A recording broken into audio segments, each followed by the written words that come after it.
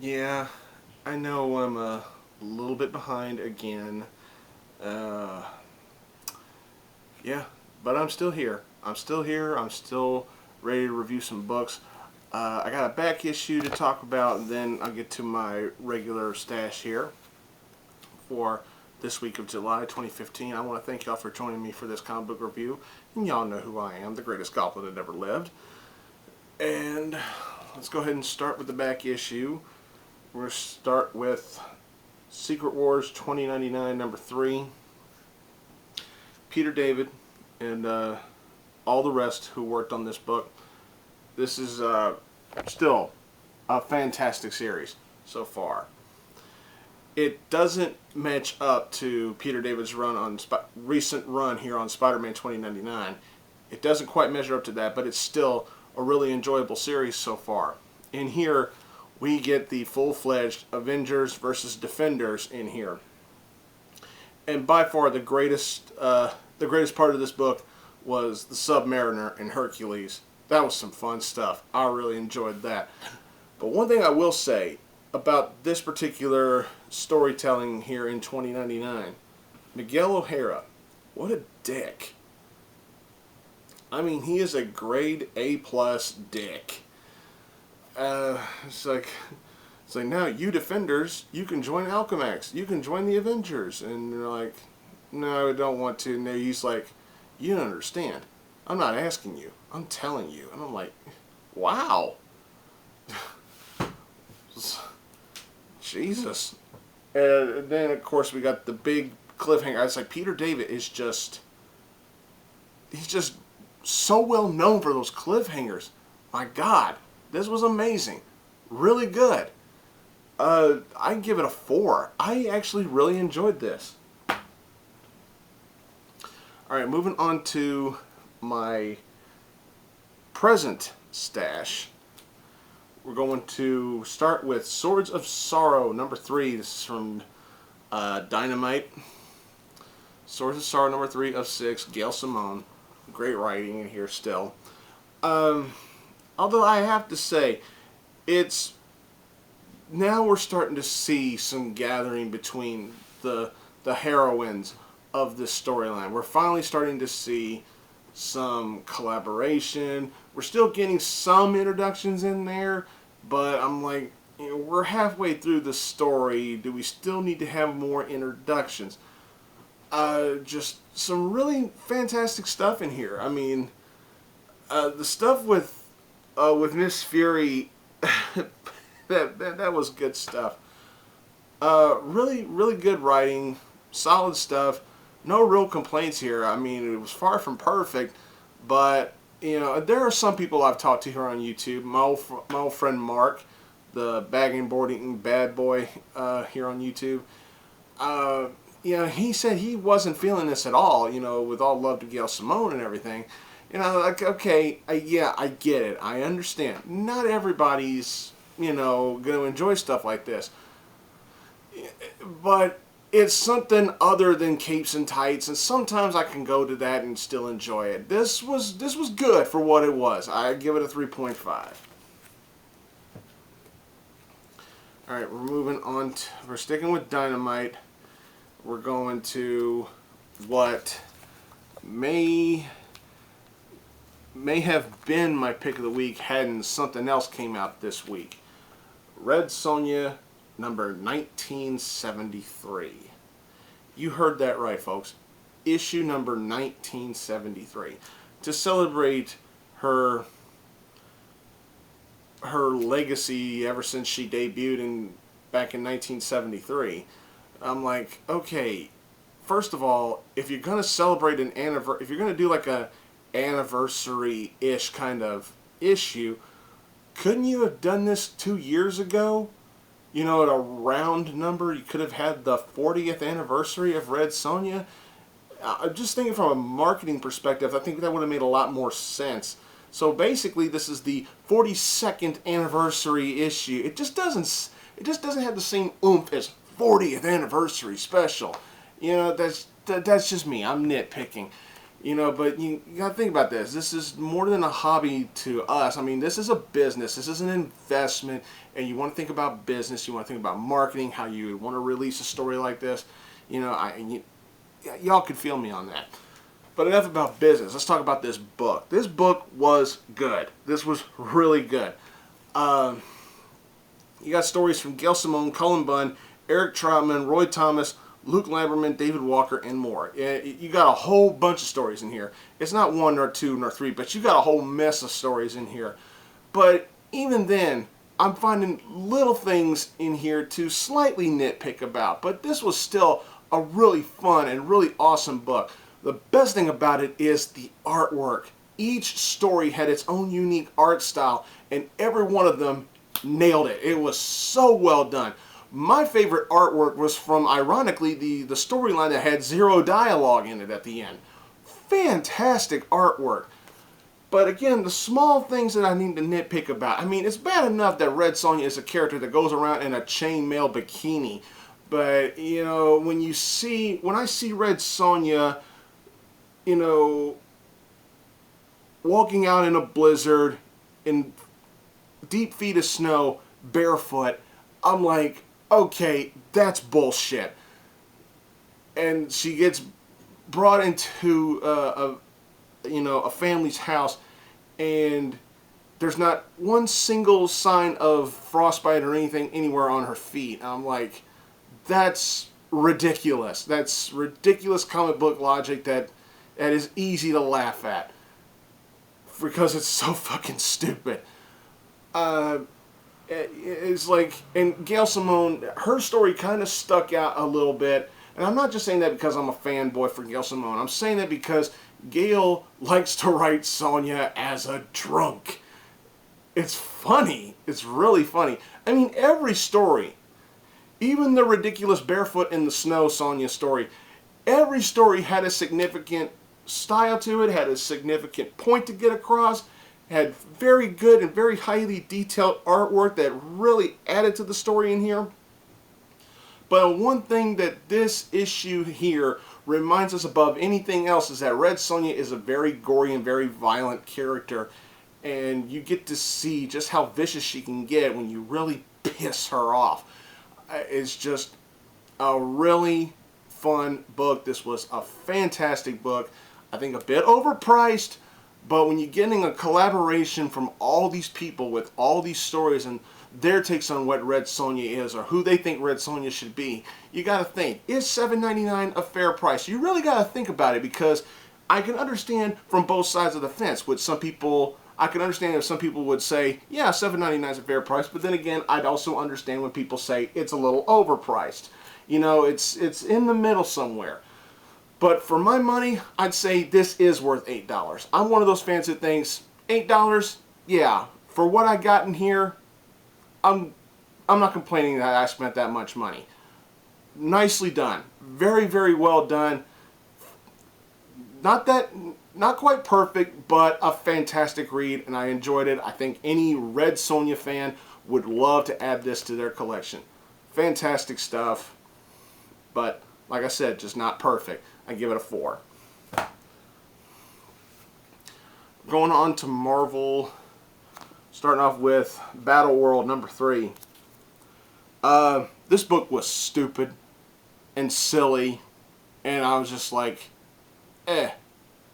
After I read this book, I literally went, eh. Man, this was barely average read at best, and after reading this issue, I'm thinking to myself, why am I still buying this series? This was ridiculously cheesy. You know, it's bad enough you got all this Wolverine fan service in the first story, and then you got the other stuff in here, and by far the best part of this book was the Ant-Man story, and that was only one fucking page. That was a one-page story, and that was the best part of this book. It says a lot. This was, like I said, barely an average read at best, and I'm going to be generous and give it a 2.5. Okay, moving on to Guardians of Knowhere number 1. Brian Michael Bendis, Mike Deodato. Wow, this was outstanding. This was really good. I'm already burnt out on this Victor Von Doom is God shit. That's the one thing I'm not gonna miss when Secret Wars is over. That is the one thing above all that I'm not gonna miss. It's like, yeah, I get it. Dr. Doom's immensely powerful, but I'm sick and tired of seeing Doom is God, Doom is God, Doom is God, Doom is God. I'm fucking sick of it. I see it everywhere. You can make this a drinking game. Take a drink every time you see those 3 fucking words in a Secret Wars tie-in or in the Secret Wars books themselves. It's monotonously repetitive and redundant, and I'm fucking tired of it. But the rest of this book was really good. You got the Knowhere, the head of a dead celestial, and this is different from, this is a different step, because remember, this is in Doom's world, this is in Battleworld, so to speak, you know, where you know who is God. And don't get me wrong, Dr. Doom's one of my favorite villains of all time. Do not get me wrong. I'm just sick of that. I'm sick of that declaration. It's almost as bad as "He loves you" from Secret Invasion. Ugh, I got sick of that. But yeah, you got Angela hunting down Gamora, and Gamora says something to the other Guardians in this book. It's like they're talking about Doom and everything, and she says no. Then she says the word Thanos, and then everybody else like, what's a Thanos? Oh shit, if only you knew what a Thanos was. This was fun. This was good. I liked it. I enjoyed it. I'm happy I bought it. A 3.5. Okay, ending Marvel with Years of Future Past number 3. Man, we got a lot of shit going on in here. Yeah, it's good to see. It's good to continue reading this old school mutants versus human dark X-Men style storytelling that I once admired when I was younger. It's good to see that stuff again, and especially with I gotta say, Lockheed looked badass in this book. Just pure badass. I loved Lockheed in here. But then there was the big jaw-dropping reveal concerning Kitty Pryde. And I dare not spoil what it is. It was whoa. And then of course you get some exposition and some backstory telling in here. And it's starting, and it does make sense on how they tell what's happening, what's been going on, why they had to keep this secret, why they had to basically lie about this and lie about that. It's for all the better good and everything, you know, and I get that. This is really, really good stuff, and I absolutely dug the cliffhanger at the end of the issue. I'm thinking, okay, shit's about to get real. We're coming upon the end of this issue. We're finally going to get some real, honest-to-God action in here. And then, boom, that cliffhanger happened. I can't wait to read the next issue. This was really good. I give this a 4. All right, moving on to DC. You're starting DC off with Harley Quinn, number 18. I always love those Amanda Connor covers. Connor and Palmiotti. I still think at least one of them, or maybe both of them, has a foot fetish, because there's another reference to Harley wanting her feet rubbed, and I'm like, oh my god, enough with the Harley's feet shit. But I'm loving this villain, villain Captain Horatio Strong. You know, his gimmick infringement is so fucking funny. You know, a strong-armed sailor who gets his strength based on a green substance. You know, it's like, stop me if you heard this one before. It's just really good. You know, Harley's trying to regroup and get her gang back together. trying to reach through to Captain Strong in here. Meanwhile, there's a funny scene in the middle of the book where Harley actually tries some of that enchanted seaweed that Strong gets his strength from, and she's tripping. She's tripping out, seeing all kinds of stuff, and it's fun. I mean, this is really fun stuff. Awesomely done, nicely put together, with a nice little uh-oh moment at the end of the book. Really good. I enjoyed this immensely. I give it a 3.5. Moving on to Martian Manhunter number 2. I kind of got mixed feelings about this issue. Well, let me point out what I did like about this. I did love the artwork. I did love the character development for John Jones. I like the storyline progression. The plot is moving along at a nice pace. I believe it is. But what I didn't like about it is that we come across yet another scenario where a team of heroes, a team of friends, is struggling because of a confliction involving one of them. I mean, I've seen this millions of times. It's nothing new. And then there's that big reveal that this whole argument, this whole miscommunication that turns into a scuffle between the group was nothing more than an image implanted in the Justice League's minds, you know, to distract them from John's real objective.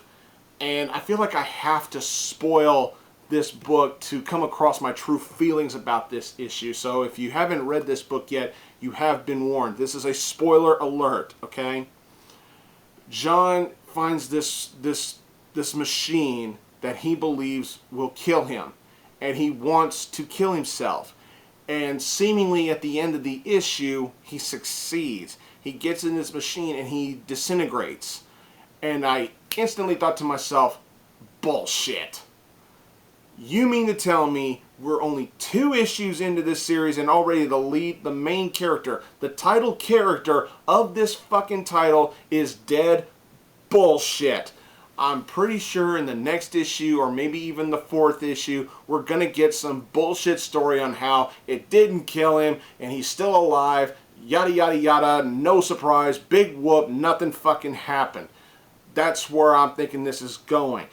All the while, the stuff with Mr. Biscuits, that was pretty entertaining, but like I said, I got mixed emotions about this. Some of the stuff I liked, and there was some stuff in here that just felt like, what's the point? What's the purpose? You know, having us see the image of John seemingly kill himself at the end of the book, I'm like, first of all, we know that's bullshit. We know it's garbage. We know that's going to get resolved probably in the next issue, so why even bother doing it? What's the purpose of it? What's going to be the long-term result of John's emotional state at this point in time? We don't know that, and like I said, what was the point of doing it when you know the fans are going to buy it just 2 issues in on the fucking series? Then again, you know, it's just me. That's just my opinion. But I'm not saying the book was god-awful. I just spotted more negativity than I did positivity in this particular issue. And that's sad because we are only 2 issues in. But I'll be nice. I'll give it a 3. Pick of the week time. Secret 6, number 4.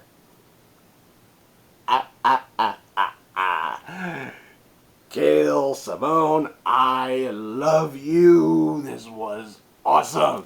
This was awesome. I loved every bit of this because I, the fanboy fuck that I am, I got something I've been wanting since the New 52 started, what, 4 years ago?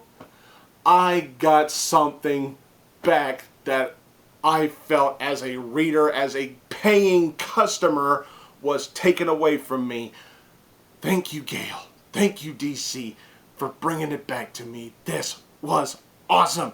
Thank you, thank you, thank you, thank you, thank you. Easy 4. Damn near a 4.5 for me. This was awesome. Loved it. However, we're going to end this on kind of a note, okay? Starfire #2. Oh, DC, what are you doing? Amanda Connor, Jimmy Palmiotti. This series, after reading just the first 2 issues, I can already safely say this. Excuse me, not assume, but say. I can safely say this, that just because you can do something doesn't mean you should. Miss Connor, Mr. Palmiotti, I'm speaking directly to you. Just because you can write this book in a similar fashion to the way you write Harley Quinn, that doesn't mean you should. You got Starfire, Princess Coriander, still acting like the naive, dumb girl. And I'm sorry, that would have worked had Starfire had just recently come to the planet. She's already been here for God knows how long, and you mean to tell me she's still naively dumb? That's totally nonsensical. And what's the point of writing her like this? You have a chance to... You've got Harley Quinn. You've got a successful series, under your belt. So why, when you get the chance to write a second series, like a Starfire, why do you feel like you need to write it in a similar way to the way you write Harley Quinn? You don't have to do it. It's like I said, just because you can doesn't mean you should. You have an opportunity to write another series in a different style, in a different way. Maybe you can get a hold of some new readers, or maybe you may have took some readers away because they probably don't like how you wrote Harley Quinn, and this is your chance to probably get some of those readers back by writing this in a different fashion. I'm not saying make it dark and gritty like Batman. I'm just saying it doesn't have to be cheeseball comedy the way Harley Quinn is. It works with Harley. The way you write Harley, it works. The way you write Starfire, to me, it doesn't work. And that is a problem.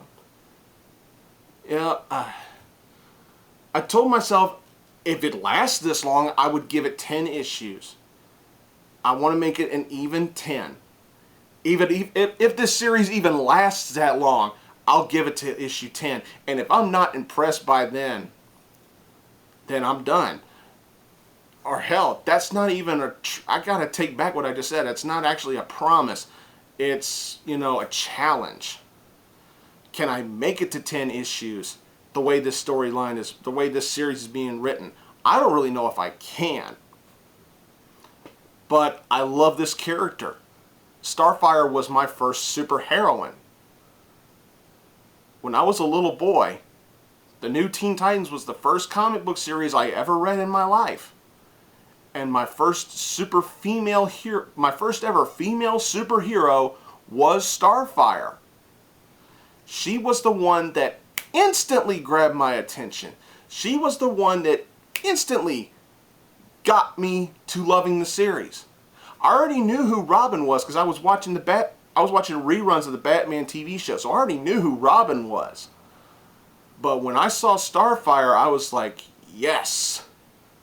She's beautiful and she's powerful. And then we come to this. And sadly, one of my all-time favorite female superheroes, if not one of my all-time favorite heroes of all time, is reduced to average at best. I give it a 2.5. So, there's my comic book review, everybody. I hope y'all enjoyed it. Please subscribe to this channel, Blugoblin01. Don't forget Blugoblin X. Jennifer and I still do Arkham Asylum Studio. We got plans for that channel, but I'm not going to spoil what those plans are. So you just have to stay tuned. Go subscribe, and you'll find out very soon what those plans are. Follow me on Twitter at Blugoblin01. You can follow me on Tumblr, just blugoblin.tumblr.com. Follow me on Pinterest, Facebook, or you can just stick with me here on YouTube. It doesn't matter. Thanks again for watching, everybody. I'm Groot. I'll see y'all later. Y'all have a good one.